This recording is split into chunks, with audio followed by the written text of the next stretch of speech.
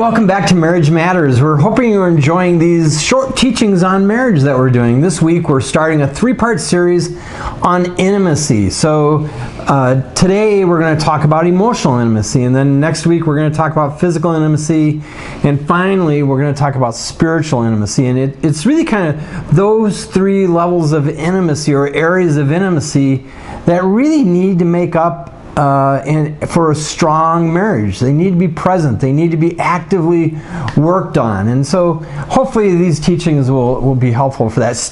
Make sure you stay till the very end, because at the end we're going to talk about 4 ways to improve your emotional intimacy. You know, we're really kind of exploring God's purpose in marriage, and we've talked about, one of God's purposes to be helpful to each other. God created Eve as a helpmate. We also talked about relationship and being more than just 2 people being together. Instead, it's about oneness, about closeness, about oneness. 2 shall become 1. And then finally, last week, we talked about how relationship, for it to really thrive, requires sacrificial living.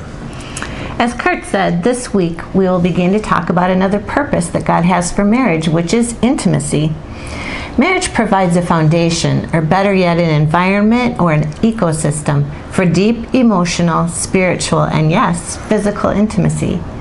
Too many people today regard intimacy as being singularly focused on the physical aspect of marriage. The truth is that God designed marriage to be a symbiotic, intimate relationship in which emotional, spiritual, and physical intimacy all work in harmony to open up the deepest levels of connection, trust, and oneness possible. When these areas of intimacy are unbalanced, the marriage relationship may feel less than. One or both spouses are left wanting more and feeling frustrated and unfulfilled. Yeah, what I find interesting is how God designed us for intimacy. So I'm going to make some generalizations, and I call them generalizations because, well, they're directionally correct, but not necessarily universally true. Meaning, they apply to most people, but not all. I probably should have just said that at the beginning. Anyway, I used to be a consultant, so I need to use 50 words to communicate what 3 words could. So apologies. So the first generalization is this: women prioritize emotional intimacy over physical intimacy. It doesn't mean that women don't like to be physically intimate. It doesn't mean that women don't like sex. It just means they prioritize emotional intimacy over physical intimacy. The second generalization is that men prioritize physical intimacy over emotional intimacy. But this ties back to our discussion around sacrificial living that we discussed last week. Husbands, listen, if you want consistent, meaningful, fulfilling physical intimacy with your wife, then you need to provide and offer consistent, meaningful, and fulfilling emotional intimacy to your wife. And wives, if you want deep, consistent, meaningful, and fulfilling emotional intimacy with your husband, then you need to offer and provide consistent, meaningful, and fulfilling physical intimacy. So let's unpack, let's understand what true and authentic emotional intimacy looks like. So we're going to spend a few moments and unpack that during this installment of Marriage Matters. Where to begin? Authentic emotional connection to our spouse causes us to live longer and experience more happiness and less depression. I'm not ever depressed. Never. Emotional isolation, even if you're married, on the other hand, negatively impacts our immune system, and it makes us more susceptible to illness and recovery harder. We were created to be connected emotionally. Our emotional relationship with our spouse is the primary safe haven for us, and yet many couples struggle to connect emotionally and wouldn't describe their marriage as a safe or an inviting place. There's a cute little phrase to remind us of the true definition of intimacy. It is into me see. So, into me see. Intimacy. Intimacy. Oh, I get it. It's a blending of our hearts with another's so that we can see into who they really are and they can see into us. According to dictionary.com, intimate is defined as showing a close union or a combination of particles or elements, like a mixture, an intimate mixture. Being intimate involves the mixing of our life with another's, a mingling of our souls, and a sharing of our hearts. This is something we all long for because it's how God made us. Yeah, that's a great little saying, into me see. However, that part is challenging for most husbands. And so here's a little story from our marriage. Outside of my desire to be known as a Christ follower, when I met Lori, I was head over heels. Who wouldn't be? My goal was to become the hero of her life. From that very first day I saw her in the college bookstore. And then I saw her again on the way to the cafeteria, and she had this black turtleneck on and her long blonde hair, and I was like, that was it, I'm smitten.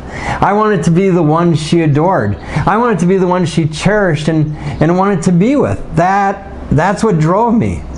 But, I'm an average schmuck. I'm a common man. As the famous radio commentator Paul Harvey said, why would anyone aspire to be a common man, an average man?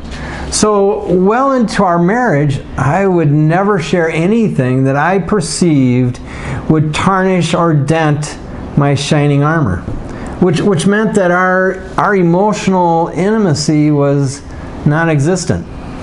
Sure, there was things that I did to show her I loved her, gifts, trips, and other acts of service, but telling her my true fears, thoughts, anxieties, concerns, and how I was really feeling just never happened.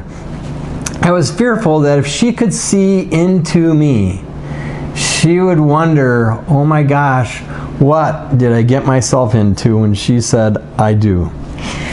What Kurt didn't know, even though I tried to tell him, is that I didn't need him to be my knight in shining armor. That wasn't my joy. That was not what I was looking for. What I really wanted was authentic emotional intimacy. What I really wanted was meaningful conversation and a partnership as we went through life's ups and downs. What I needed to feel emotional intimacy was a husband who was willing to trust our wedding vows and trust me and be willing to be open and honest with me. I wanted to get past the superficial conversations that were basically just the facts. Our conversations were like this: how was your day? Yeah, not great. Would you like to talk about it? No. Do you want to make out? No.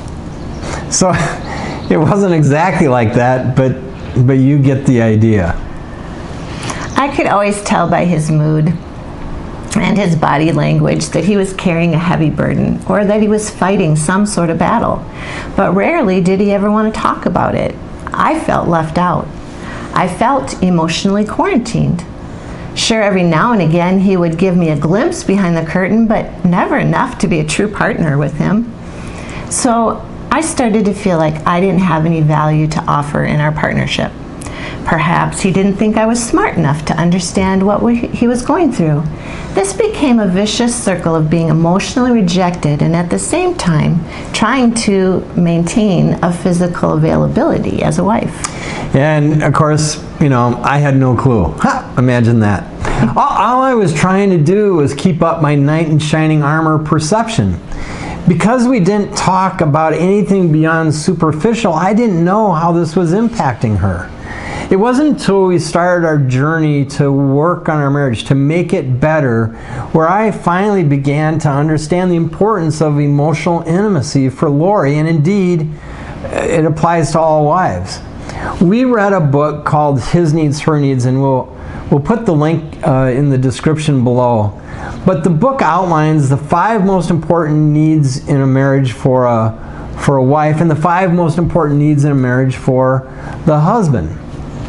And one of the most important needs for the wife in a relationship is open and honest communication. And so reading through that book has such a positive impact on our marriage. But it really struck me when we read through it together. I asked her, I said, so tell me more about that. And that was the first time that we really talked about that. And she said, yes, open and honest communication is so important to her. It's one of her greatest needs.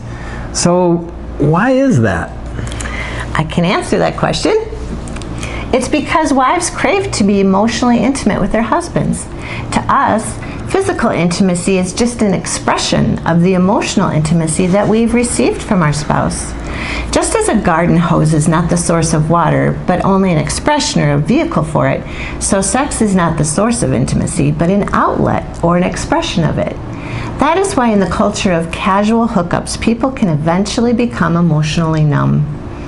The void of emotional intimacy turns the beauty of sex into nothing more than a physical act of selfishness. But God created and designed us for more. Just as we crave our intimate personal relationship with God, in the constant context of marriage, wives also crave an intimate relationship with our husbands. Yeah, and this is where both husbands and wives need to work at their marriage, because men are just the opposite. Where emotional intimacy is the gateway for physical intimacy for women, physical intimacy is the gateway for emotional intimacy for men. In his book called Marriage on the Rock, pastor and teacher Jimmy Evans says it this way. He says, guys, be emotionally open and authentic with your wives, even if you don't feel like it. And women, be willing to have sex with your husband even if you don't feel like it. It's that mutual sacrifice. It's that sacrificial living that allows emotional intimacy to be cultivated. Make an intentional effort to be available to each other. Emotional intimacy is like being found. Real intimacy makes us feel alive, like we've been found, as if somebody finally took the time to peer into the depths of our soul and really see us there. Until we experience true emotional intimacy, we'll feel passed over and ignored, like someone's looking right through us. Sadly, we can miss out on intimacy that can make us and another person feel known when we predetermine what we think we should see when we examine their life, their heart, their personality, and soul. When this happens, we will try to mold and make them into who we believe they should be. As a result, we're blinded to their good qualities, and love and intimacy are destroyed. There's a saying that goes, if you focus on all that he is not, you will miss all that he is. When we ignore another person's beauty and all that God made them to be, intimacy is lost. Why? Because intimacy flows out of feeling wholly accepted just the way we are. Yeah, and guys, the only way to achieve that level of acceptance from your wife is to be emotionally intimate with your wife. If you're like me, that did not and still does not necessarily come easily. I was afraid to have Lori see the real me. But when I began to open up emotionally, and a couple of things really started happening. First, I felt a level of empathy from her that I've never felt before.